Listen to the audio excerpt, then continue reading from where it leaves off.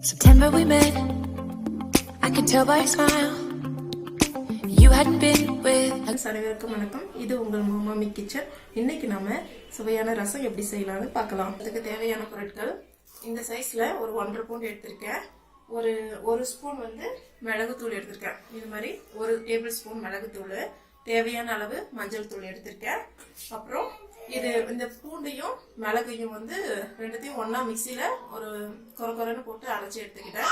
ஒரு 2 காஞ்ச மிளகாய் உங்க காரத்துக்கு ஏற்ற மாதிரி எடுத்துக்கோங்க. கொத்தமல்லி கொஞ்சம் தண்டு சைடு தனியாக எடுத்து வச்சிருக்கேன், நம்ம எண்ணெயில் போட்டு வதக்கிறதுக்கு. இந்த தலை சைடு லாஸ்ட்ல நம்ம மேலே போடுறதுக்கு எடுத்து வச்சிருக்கேன். அப்புறம் கருவேப்பிலை எடுத்திருக்கேன் தாளிக்கிறதுக்கு. தக்காளி, ஒரு தக்காளி நார்மல் சைஸ் தக்காளி, ஒரு தக்காளி எடுத்து வச்சிருக்கேன். பெருங்காயத்தூள் ஒரு 1/2 ஸ்பூன் போடலாம். ஒரு 1/2 ஸ்பூன் பெருங்காயத்தூள் எடுத்து வச்சிருக்கேன். ஒரு 4 ஸ்பூன் எண்ணெய் விட்டுக்கிறேன்.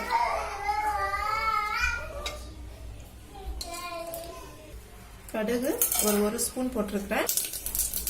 கடுகு வெடியும் போது நம்ம காஞ்ச மிளகாவை போடலாம். ஏன்னா இது எண்ணெயில் வதங்கும் போது ஒரு நல்ல ஸ்மெல் வரும், அதுக்காக. அடுத்து நம்ம கருவேப்பிலை போட்டுக்கலாம்.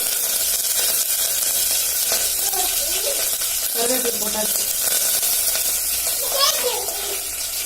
அடுத்து நம்ம ஒன்று மதியமாக அரைச்சி வச்சிருக்க பூண்டும் மிளகு சேர்த்து அரைச்சி வச்சிருக்கிற இதை போட்டுருப்போம். போட்டாச்சு. இப்போ எண்ணெயிலேயே நாம் ஒரு 1/2 ஸ்பூன் அளவுக்கு பெருங்காயத்தூள் போட்டால் தான் ரசம் நல்ல மணமாக இருக்கும். அடுத்து ஒரு 1/2 ஸ்பூன் அளவுக்கு எடுத்து வச்சிருக்கிற மஞ்சள் தூள். நான் மிளகுத்தூள் ஃபர்ஸ்டே பூண்டோட சேர்த்து அரைச்சிட்டேன், அதனால இப்போ போடல. ஃபர்ஸ்டே நான் போட்டாச்சு. அடுத்து நம்ம நல்லா தண்டாக கட் பண்ணி வச்சிருக்கிற கொத்தமல்லி இதிலே போட்டுடுறேன். இதெல்லாம் நல்லா வதங்கட்டும். ஓகே, ஓரளவு நல்லா வதங்கிடுச்சு. கட் பண்ணி வச்சிருக்கிற ஒரு தக்காளி எடுத்து இதில் போட்டுடலாம். போட்டாச்சு. இந்த தக்காளி சாறுக்கு நல்லா வதங்கட்டும். வதங்கின அப்புறம் நாம ஒரு புளிக்கு நம்ம கரைச்சி ஒரு 1.5 லெமன் சைஸுக்கு புளி கரைச்சி வச்சிருக்கிறேன். அந்த புளியை இதில் ஊற்றிடலாம். நம்ம ஒரு 1.5 லெமன் சைஸுக்கு புளி கரைச்சி எடுத்து வச்சிருக்கோம். இந்த புளி தண்ணியை இதில் ஊற்றிடலாம்.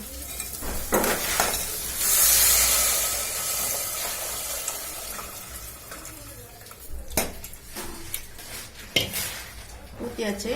இன்னும் தண்ணி தேவைன்னா தண்ணி நமக்கு தேவையான அளவுக்கு ஆட் பண்ணிக்கோங்க.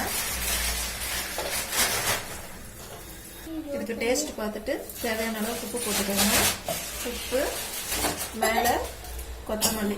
இது கொத்தமல்லி அதிகமாக இருந்தால் ரசம் ரொம்ப டேஸ்டாக இருக்கும். கொத்தமல்லி போட்டுக்கலாம். இப்போ கலக்கி விட்டுட்டு நல்லா இது கொதிக்கக்கூடாது. மேலெல்லாம் நுர வரும்போது ரசத்தை ஆஃப் பண்ணிடணும். இப்போ ரசம் கொதி வரப்போகுது பாருங்க. மேலெல்லாம் நுர வந்துடுச்சு, கொதிக்க ஸ்டார்ட் ஆயிடுச்சு. இந்த சமயத்தில் ஆஃப் பண்ணிடணும். அவ்வளோதான், ரசம் ரெடி. ரொம்பவும் மணமான மிளகு ரசம் தயார்.